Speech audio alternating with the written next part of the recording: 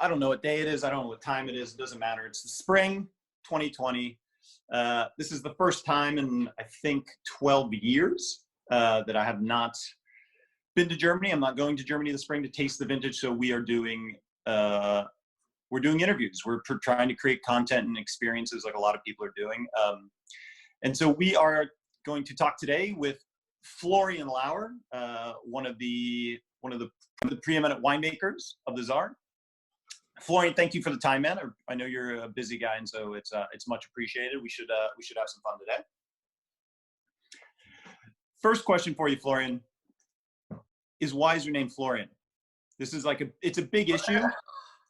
It's a big issue for me because all the labels are Peter Lauer, and so everyone's constantly, asking me, how's Peter Lauer? How's Peter doing? Peter. You're the firstborn son. Why? What's up with that? Why is there Florian? I don't know. It's.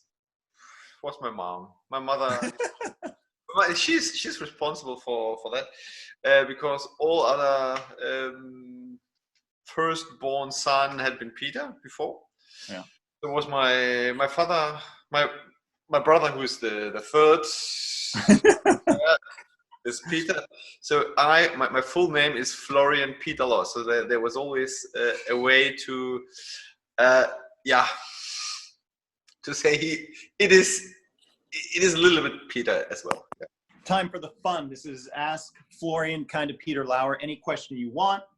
So we had an incredible outpouring of questions for you from the World Wide Web. So I'm just going to start rolling them off, Florian, and you just kind of let us know what you're thinking.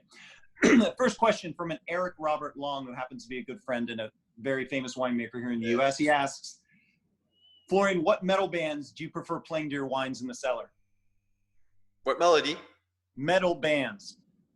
Punk rock bands. What music do you play? Metal, What songs?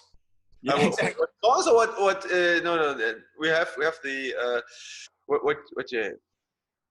the whole hard metal and industrial shit. Everything what's it must let's say the oak wood is relatively thick. Yeah, so you have to. It must be enough a base to get through the foeder. Through the 5 centimeter oak. We have a question from Compassion Blanket. And a lot of people ask these sorts of questions in terms of what you like to drink when you're not drinking your own wines. This guy asked, or girl, does Nebbiolo have a place in your cellar? If so, what do you got? So what are you drinking when you're not drinking Saar wines? Are you one of those winemakers that only drinks your own stuff, or what? Yeah, no. I have a very good friend in Burgundy, and I'm drinking a lot of Burgundy wines. I have a friend in mostly Romani Conti or what? Chablis. Chablis, all right. No, we have my friend is living in Saint-Brie-le-Vineux. He's doing he's making Chablis, Irancy, Bourgogne, Côte d'Auxerre, etc. And so I'm drinking a lot of that his Pinots. He's making good Pinot and his Chardonnays. Yeah. This is from Pino Liano. Can you please elucidate on how the barrel system works for blends, especially like Barrel X? Yeah, Barrel X is a blend of 1.5 million of little oak barrels. So we have in the Barrel X, I would say something between 10 and 15 single barrels, and they are blended together. So this is a bigger bottling or a bigger cuvée, and for those let's say for those wines, the original idea of having one foeder and bottling this one foeder and printing the number of the foeder on the label doesn't work anymore.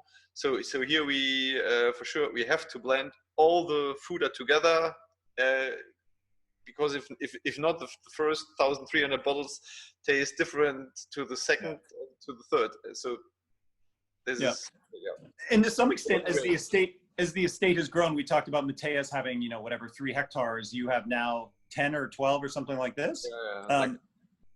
That there is for instance, FOS 12. There's more than one fooder, and frankly, there's more than one kind of barrel type, right? I mean, you're using stainless steel if the vintage requires it, or plexiglass. I mean, for sure. My grandfather was only using oak fooder.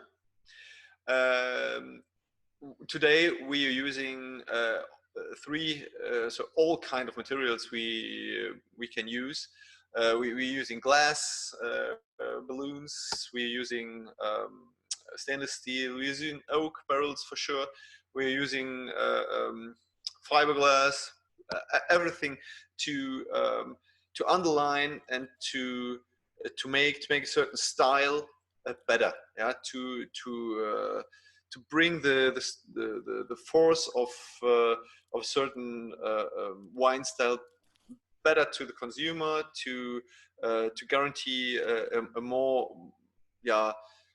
standardized fermentation, etc., etc. So there are many reasons why we are no more using only oak barrels. We are using oak barrels for all dry wines, and for those dry wines, it's perfect. For the sweeter wines, off dry wines, or even Spätlese, cabinets, Auslese, whatever, we're using stainless steel.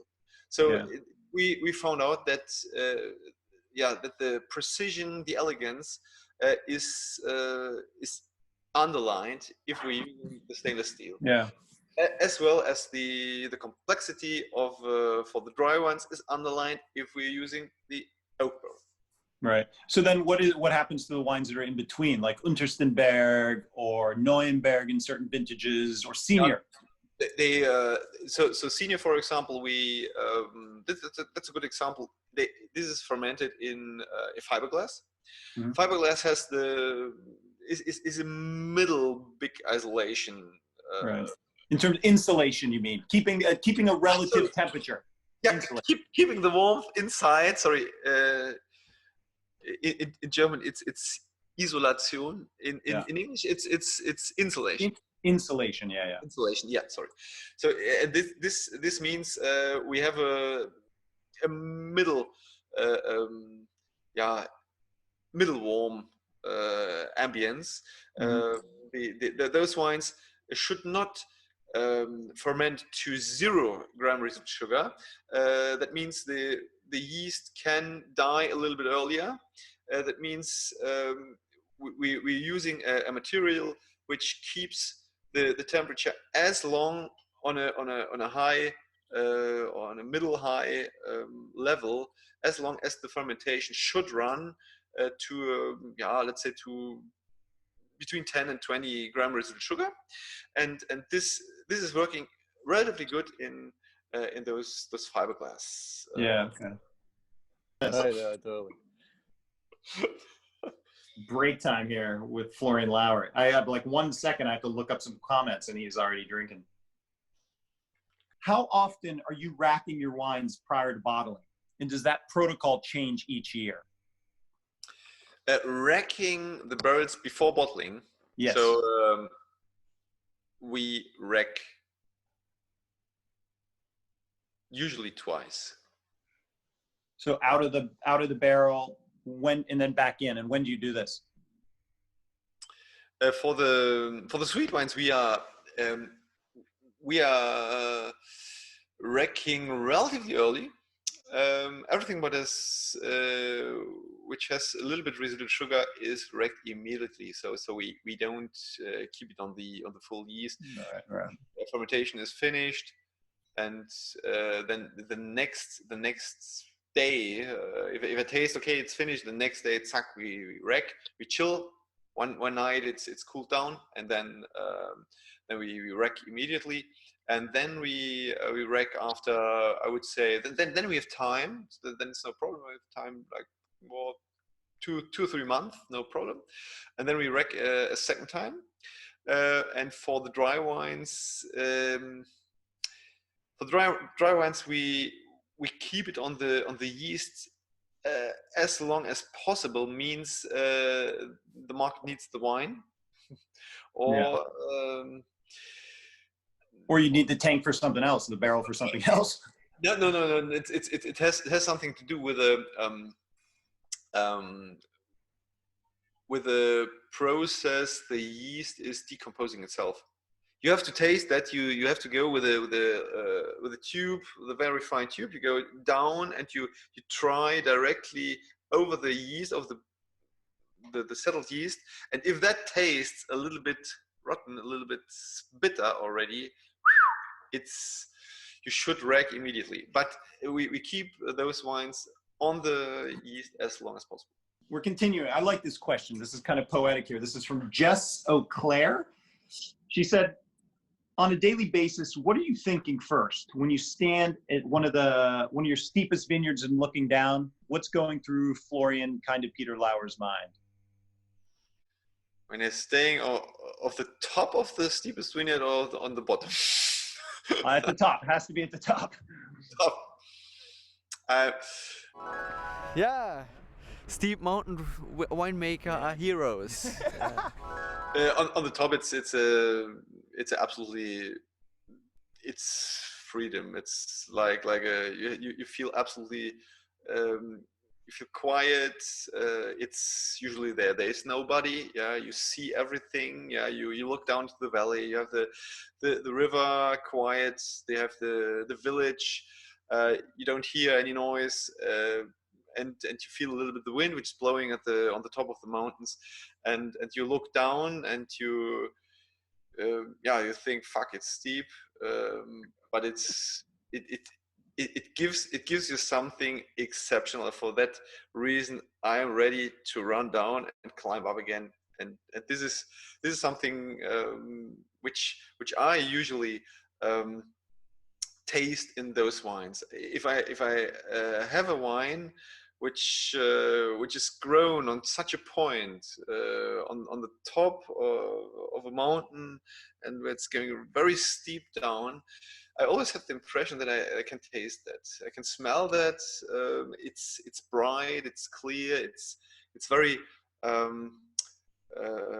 weightless, without any gravitation. Yeah, this is the feeling I have standing in the vineyard comes out in the glass. Yeah, that's a profound thing. I think, the whole idea of terroir is such a, I don't want to say trite, but it's such a kind of cliched notion, at least among drinkers and professionals. It's a word we hear that's overused, but I'd love to think back to the time when it was terroir is a winemaker's idea. I mean, even myself, who comes 3 or 4 times a year and has walked the vineyards a lot, like, there's nowhere close to the intimacy, right, that you have, that the winemaker has, that is in the vineyards and smells it and has that kind of 3D kaleidoscopic experience that then you find in the glass. I think that's like a kind of beautiful thing. All right, let's see. From Reeve Ghosh Wine, who is our excellent distributor in Georgia, they asked, if each of your sites was a Rolling Stone song, what would they be and why? Which Rolling Stones song? Yeah. All right. Do you know that? Yeah, we can skip that one. Do you listen to Rolling Stones a lot? Oh, I used to. Yeah, I'm not a big fan, but all right, give us one. Like, let's say Senior. Let's say Senior. That's one of the most iconic wines from your winery. Rolling Stone song. What is Senior?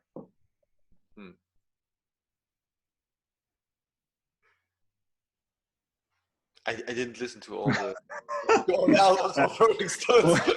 I did. We'll come back to that. I will answer this question when I next time, because I need really to listen to those to all the large range of. Yeah. I got one for Schoenfels.